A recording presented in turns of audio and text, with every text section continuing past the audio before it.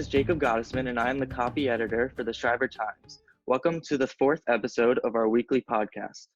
This week, we have local Port Washington resident Melanie DeRigo, who is running in the Democratic primary for Congress to represent our own 3rd district. Currently, the seat is held by Democratic Representative Thomas Swazi. Hi, Ms. DeRigo. Thank you for speaking with me today. Hi, Jacob. Thank you so much for inviting me here. So the first question I would just like to ask is, do you think you can introduce yourself to our listeners for those who don't already know you? Absolutely. As you mentioned, I'm a Port Washington resident. I'm raising my family here. I have 3 children in the Port Washington school system. So I'm a mom. I'm an organizer, and I spent my career as a healthcare advocate, trying to help folks live healthier lives. And now I'm ready to take that skill set to Washington. I decided to run in the Democratic primary because I didn't feel that I was being represented, and I didn't feel that the majority of our district was being represented. I think it's really important, as Democrats, that we come together and really unite around certain principles. And I think when we have representatives who are not fighting for those principles, it's incumbent upon us as citizens to step up and run for office. And so you know this, Jacob, but for your listeners who do not, I'm running on a platform that includes healthcare for all, because I know healthcare is a right and not a privilege.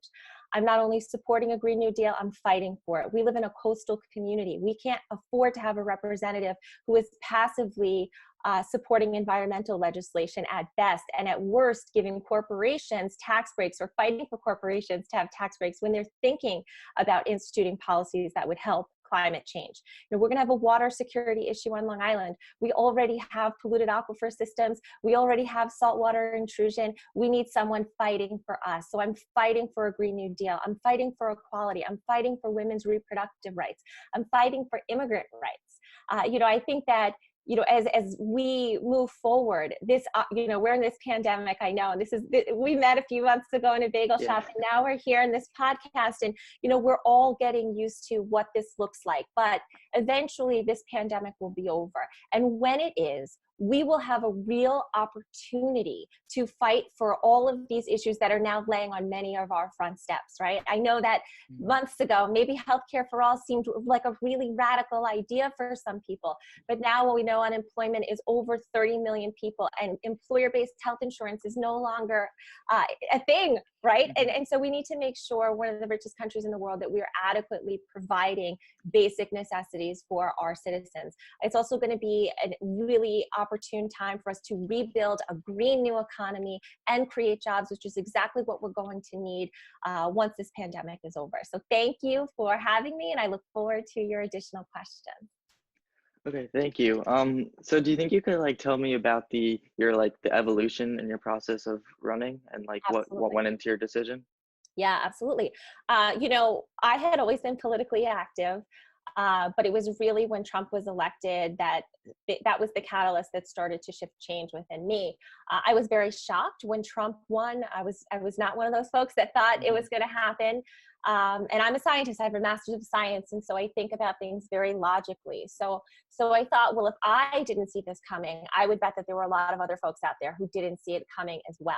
So I thought initially that if I could show up more and do more in my community and engage others along the way, that we could push against, Trump's hateful policies.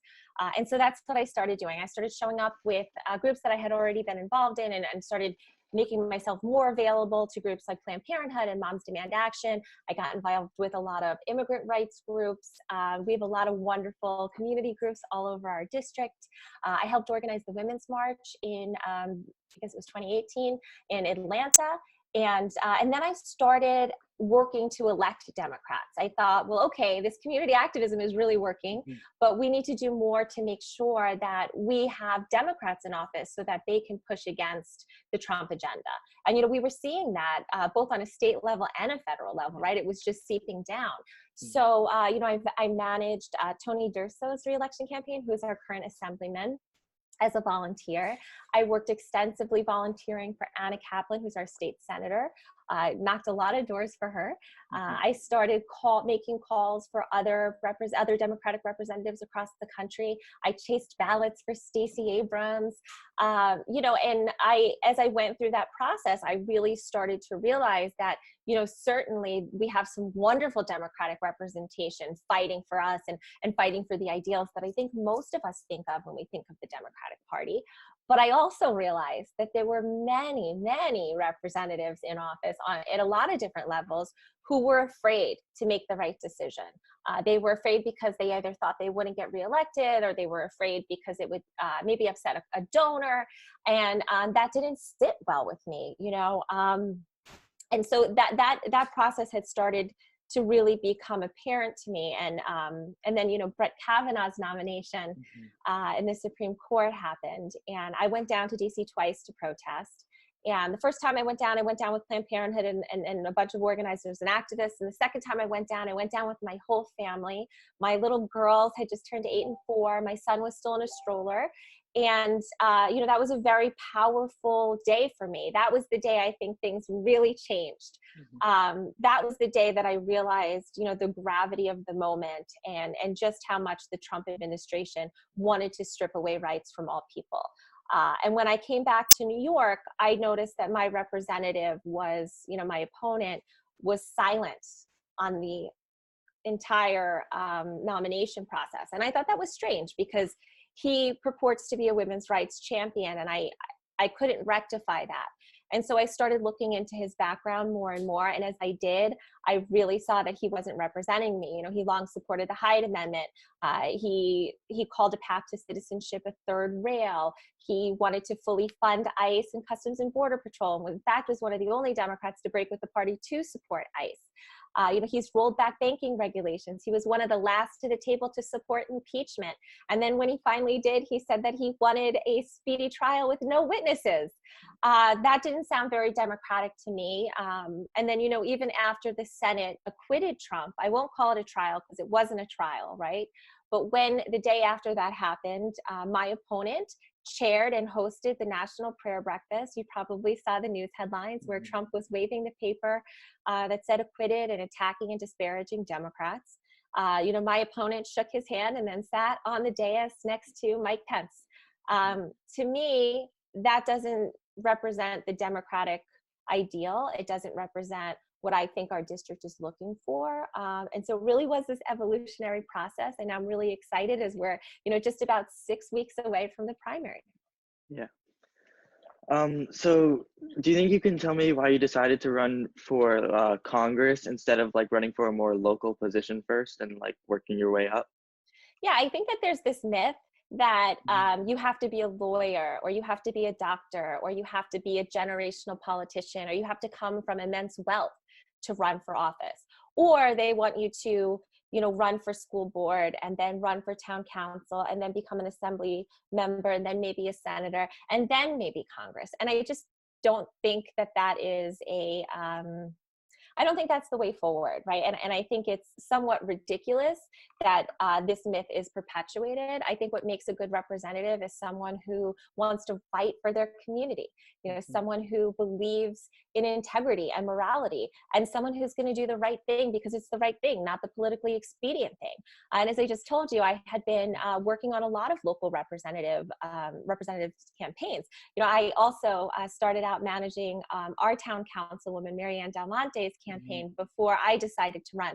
So, I had been working with representatives that I thought were representing our particular area very, very well.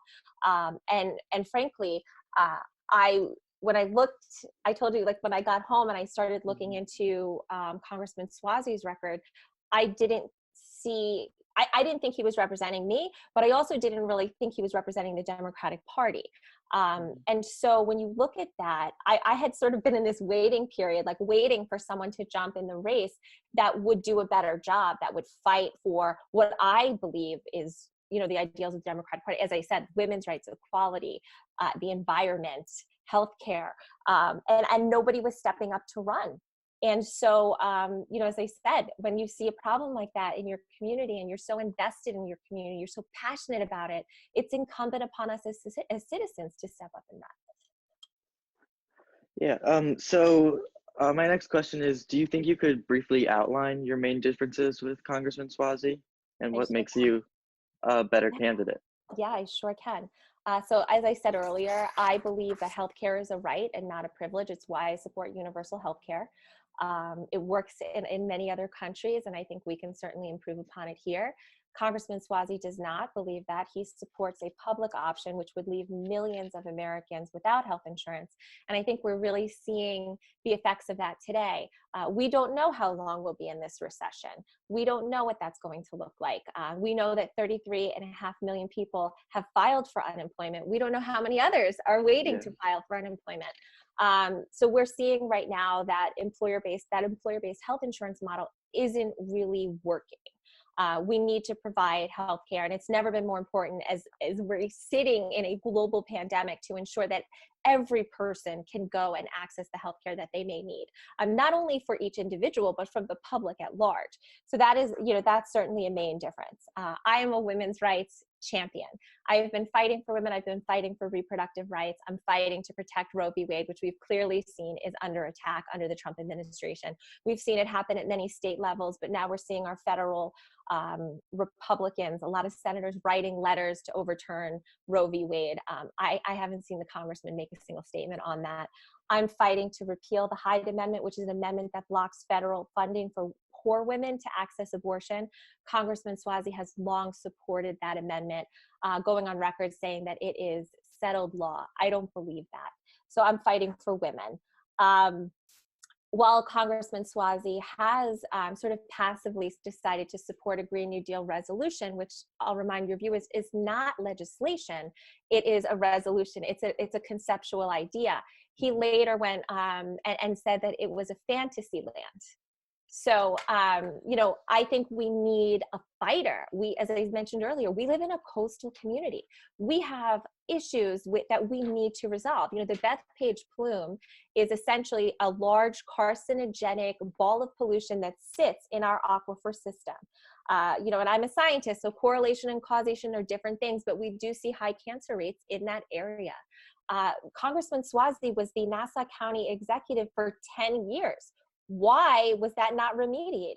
Unfortunately, when you look, the biggest polluter on Long Island who's responsible for the Bethpage plume is one of Congressman Swazi's biggest donors, which brings me to my next point. I'm not taking a single cent of corporate money, and he takes millions of dollars of corporate money. And unfortunately, we often see when Tom Swazi does break with the Democratic Party, or would make you say, well, why would a Democrat vote that way? It always benefits one of his corporate donors. I think it's the biggest impediment to progress on both sides of the aisle. We need to elect representatives who refuse to take it, because then we know that we can hold them accountable, and we know that they are fighting exclusively for people, right? I'm also a big proponent of equality for all people. Congressman Swazi has I don't know the way to put it, but he does not have a stellar record fighting for LGBTQ issues. That national prayer breakfast that I mentioned earlier is actually hosted by a pay for play group who pushes anti-LGBTQ legislation globally. So big differences there. Congressman Swazi continues to fight for banking deregulation. And I know for some of us who aren't in the banking industry, like that just sounds like, okay, what does that mean? Essentially, he voted to roll back Dodd-Frank regulations, which President Obama put in place to protect middle-class families after the housing crisis. He continues to write letters to the FTC to ask for essentially creating riskier markets that put all of us in danger. I'm fighting for middle-class families. I'm fighting for a fair tax structure that wouldn't put the burden on middle-class families. Long Island is an expensive place to live. We all know this. We need someone who's fighting for people, not corporations. Yeah, thank you. So I know that you have criticized Congressman Swazi for his involvement in the Problem Solvers Caucus, which, for those who don't know, is a bipartisan group in Congress evenly divided between Democrats and Republicans, and their main goal is to promote working with the other side of the aisle. So I was just wondering why you object to this group. And Yeah, thank you for that question. So yes, the Problem Solvers Caucus is evenly divided between Republicans and conservative corporate-backed Democrats. So that's an important distinction. And they do preach bipartisanship. And like, look, that's the dream, right? Mhm. Ideally, it would be wonderful if we could work together to provide to provide better governance, essentially. But we don't see that happening. What we do see is a group of folks coming together that only benefits the Republican Party. And I'll give you an example. When Trump was first elected, Mhm. this group came together and pushed through. They held up Nancy Pelosi's speakership. I don't know if you recall that. Yeah. There was a whole debacle. They held up her speakership and demanded certain rules. One of those rules was a weakening of Democratic power and strengthening GOP in the House to allow the GOP to bring bills to the floor. Because typically, if you control the House, if you're the majority party, you are able to control which bills come to the floor. Now, think about this for a moment. I know that the Trump administration assaults us every single day. But in 2018, we worked really, really hard to flip that house. We worked really hard because we thought that these Democrats were going to be a check on Trump. That's what we thought. Instead, this group, they're the welcome mat for Trump. So not only did they do this, and another egregious example that I would really, really like to mention was the emergency border aid funding bill that the House and Senate passed back in early July or end of June last year. This was at the time when we were hearing stories that children were being locked in cages, children were not allowed to touch each other, babies were wearing dirty diapers all day. And then there was this bill passed. It was a $4.6 billion spend, and everyone kind of took this collective sigh of relief. Oh, thank goodness. They're putting money toward that issue, so we'll make it better. That's not what happened. So the House initially passed a bill that had about 10 protections for immigrants in it, listing things like that they would be able to receive health care, food, water, medicine, legal services, a variety of these things. It went to the Senate. Mitch McConnell did his thing. He stripped it all out. He sent it back down to the House, but not before he could increase funding for ICE, increase funding for Customs and Border Patrol. And then he added an additional provision where he wanted to militarize the border. So he created a budget for military at the border. It went back down to the House. Nancy Pelosi was working to try to get some of the protections put back in. Of course, she wouldn't have gotten them all, but she was working for some. That, by the way, was the whole point of the bill, right? To help get these folks some humanitarian aid. Well, the problem solvers went to Nancy Pelosi along with the Blue Dog Dems, many of whom there's crossover in both groups. The Blue Dog Dems are also another conservative caucus in Congress. And they told Nancy Pelosi that we will not vote for your bill. We're only voting for the McConnell bill. So how is this Problem Solvers Caucus helping us? The other thing is that this caucus is funded by a dark money group called No Labels. It's super PAC money. We don't know where this money is coming from. And that goes back to my core issue about getting corporate money out of politics. So I think, we can't be gaslit as Americans. It's not about, this group is not about bipartisanship. That's not what it's about. Because if it were, we would have seen more movement. Why right now, in the middle of a global pandemic, which let's be very frank, this pandemic we have seen, it doesn't only attack Democrats, doesn't only attack Republicans, everybody is at risk here. Everybody's at risk. If this group was really about bipartisanship, why couldn't they come together and provide basic needs for people? The people of this country, the people who have been impacted most, have received a one-time stimulus check for $1,200. In our district, that won't even cover your rent or your mortgage payment. And it was only one time. Yet corporations are getting trillions of dollars. It's a huge corporate bailout. And I think that is egregious. I think that it's bad governance, and it shows you who our representatives are fighting for. It's not us. Okay. So the Democrats are going to have a difficult time winning back the White House and the Senate in November. I was just wondering if you worried at all that your more progressive policies may jeopardize the chances of the Democrats, and why you feel like that's better. Yeah, I don't think it jeopardizes the Democrats at all. I think that my candidacy, along with many of the other progressive candidates that are running across the country, are a call to our party to come home. And I can't stress that enough. When you look at my policies, I think there are these words, progressive, conservative, and we have these feelings, right? And we either feel positively or we feel negatively. But when you look at the issue itself, this is what I ask of voters, for months when I have these conversations. And you know what? It works because it makes sense. You talk about the issue. Let's meet at the issue. And if you meet at the issue, the overwhelming majority of folks like my platform. They think that my platform is the way forward. And I'm very hopeful that we'll see that be reflective at the ballot box in June, or the absentee ballot box, if you will. But I don't think, I don't think at all it jeopardizes, and particularly now where we're seeing these problems, most folks are seeing it really at their front steps, from healthcare to the environment, to getting your rights stripped away, immigration. These are issues that are really, really impactful in our district. I don't know if you know this, but because there are so many folks that have lost their jobs, there's not a lot of work. Folks are not making money. We have one of the top 10 undocumented immigrant populations in the country for congressional districts.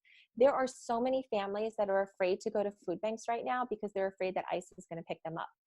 We've partnered as a campaign with other organizations around Long Island, mostly in our district, to collect food.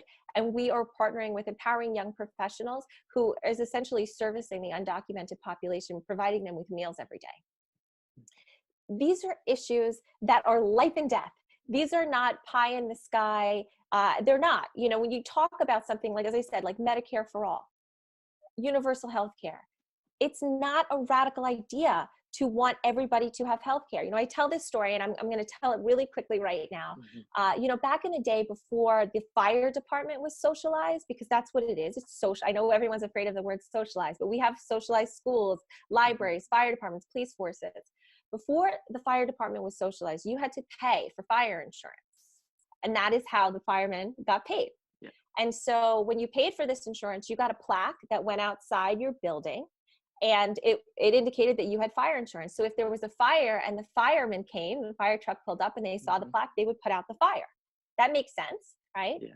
So what do you think happened when there was a fire and the fire truck pulled up and there was no plaque? Yeah. They let the building burn. Doesn't that sound insane? That sounds radical. That sounds insane. Well, guess what? That is what the American healthcare system does today. If you have cancer, if you have AIDS, if you have a immune disease, if you have diabetes, and you go to the doctor and you have no insurance, they say, pay up or you die. That's what happens. It's no different. So I think actually, supporting a public option or fighting against universal health care is actually the radical idea. All right. Okay, so I'm moving towards the coronavirus, and sure. so our world has kind of been turned upside down by the coronavirus. I was just wondering, how do you feel the government has been handling the crisis? Like Governor Cuomo and President Trump. Yeah. Yeah, I think just when you think that Donald Trump can go no lower, when you think that his biggest stain on America, will be one thing, he somehow one-ups himself. And, this will go down in infamy. This is a stain on his presidency, just, larger perhaps than many others, which is really, really saying something. I think he's done a terrible job. As we learn more, unfortunately, I think that many will realize that it is because of President Trump that so many folks have passed away because of this illness. We're now hearing reports that he was briefed in January and possibly last year. He should have been preparing for this pandemic. He did not. And then even when he got in the thick of it and was underwater with it, what did he do? Well, we needed to get personal protective equipment, or PPE, as we hear all the time, to our doctors, our nurses, our frontline workers. He had FEMA bidding against states, driving up the prices of life-saving materials, further putting Americans at risk. I think he's way out of his depth. I think his ego is tremendous, and he can't even bring in the right people in the room, or he overshadows them and he tries to silence them. I think it's a real sad time for Americans when we have, I can't even call it leadership, when we have someone sitting in the White House who's just so out of their depth. Governor Cuomo, I think, he's provided leadership on coronavirus from an informational perspective. I think he's been steady. I think he's been comforting to a lot of folks. I don't agree with some of the budget cuts that he pushed through, including cuts to healthcare during a pandemic. I think, again, once we're out of this pandemic, schools will be suffering. A lot of our children, I have 3 children. It's very difficult to run a congressional campaign and homeschool my kids at the same time. But I think, not essentially cutting school funding as well, cutting funding to social services like in police force, et cetera. It's going to be a public safety issue. I think there's going to have to be some kind of reckoning there, and we'll wait to see if the federal government bails us out. I know Governor Cuomo has rightly called out the New York delegation for not fighting hard enough for New York. They did not put proper oversight in many of the bills. And we know that states that have been barely impacted were getting a lot more money and a lot more aid than New York was. And I think that's a real failure of Congress. Unfortunately, I think we still see Congress prioritizing corporations as opposed to people. I'm not sure if you're aware of this, but in the 4th stimulus bill that they're now talking about, instead of providing health care to everyone, even during this crisis, like let's not try to rush through. We're not advocating for putting in Medicare for all today. We're advocating for it to put in just to cover folks during this crisis right now, even though it is our long-term goal. But right now, let's just take care of people. Believe it or not, insurance industry lobbyists have given Nancy Pelosi and House Democrats a plan that would subsidize COBRA payments for those who have lost their job. That would leave contract workers, of which there are many in our district, without insurance. That would leave workers who barely make a living wage, many of whom are considered essential workers right now, without access to insurance because they can't afford it. I think it's absolutely the upside down. It's the upside down. I know folks are anxious about getting the economy going again. I get that. I know folks want to get out and move around. I get that. I do too. But the reality is that we will not return to any type of normalcy until we contain this virus. And the way we contain this virus is by taking care of people. It's by giving folks a direct cash stimulus every month during this coronavirus and into recovery. That will help keep people at home. It will help them function. It will help them be able to afford food and pay the bills that they need. I do believe that we should have a rent and mortgage freeze in impacted areas, adding those payments on at the end, not due at the end of 3 months like it is proposed right now. I think we may get to a point, if we're not giving a cash stimulus, where we need to freeze utility payments as well. And then once we do that, and get through and contain this virus, then we can really ramp up and build the economy and do it in a green way, where we usher in a green economy and we save our planet. There's tremendous opportunity here, but we're not going to get it unless we have representatives who are fighting for it. And it's why I'm encouraging everybody to make sure you fill out your absentee ballot application, get your absentee ballot, and vote on June 23rd. The stakes have never been higher. Yeah. And tell your parents. So my last question was just like, how has your campaign been adapted because of the pandemic, and does it make things, I mean, it must have made things harder. How is it working out? Yeah, it did make it harder for sure. That's one way to put it. I think any campaign is tough, right? Well, campaigns, if you've ever worked on a campaign, I recommend that everyone does it in some capacity or volunteer on a campaign, because it is just gives you so much insight into how things work. But it's hard, it's hard work. You're working 7 days a week, you're working 10 to 15-hour days, even in the best of times. So now having to transition very quickly to a purely virtual, digital, telephone, texting campaign has been, it took us a little while, but what I tell my team and I tell my volunteers is that we are the generation that was made for this. Because when I grew up, and I'm a lot older than you, but I grew up with dial-up internet. That was when I was in high school. It was the greatest thing in the world. That I think many folks just take for granted today. But if there's any, and my campaign does attract a lot of young folks. We have tons of high school students. We have tons of college students. We have a huge intern program.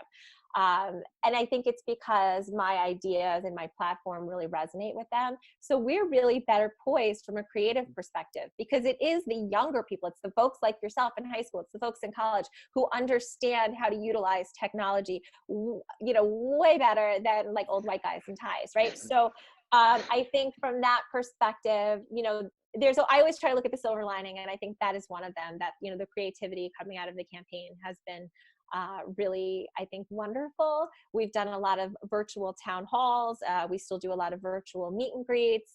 And we're texting and calling voters every single day. So, it's difficult. It's going to make our get out the vote effort a lot harder. Prior to the pandemic, we were knocking thousands of doors every week. And that truly is when you're challenging and incumbent, that's usually where your strength comes from, your door knocking game. So it's been a little bit challenging, but as I said earlier, if folks believe in this platform, I'm going to encourage you to get that absentee ballot or come and volunteer with the campaign. You can look at our website, www.dorigo2020.com, volunteer, send some texts, make some calls. It makes a huge difference.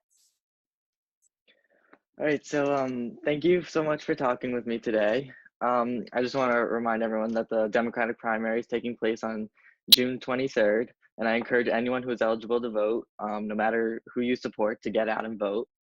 And yeah, thank you. Yeah, if I could just really quickly, I know that there was an executive order from Governor Cuomo that he would allow BOEs to send home absentee ballot applications postage paid. A lot's changing every day, so I really encourage you all to just go ahead and apply for that ballot anyway, because if something changes, you don't want to be left without the opportunity to vote. And on my website, if you go to dorigo2020.com/vote, it will tell you how to apply for your absentee ballot application. All right, thank you. Thank you so much.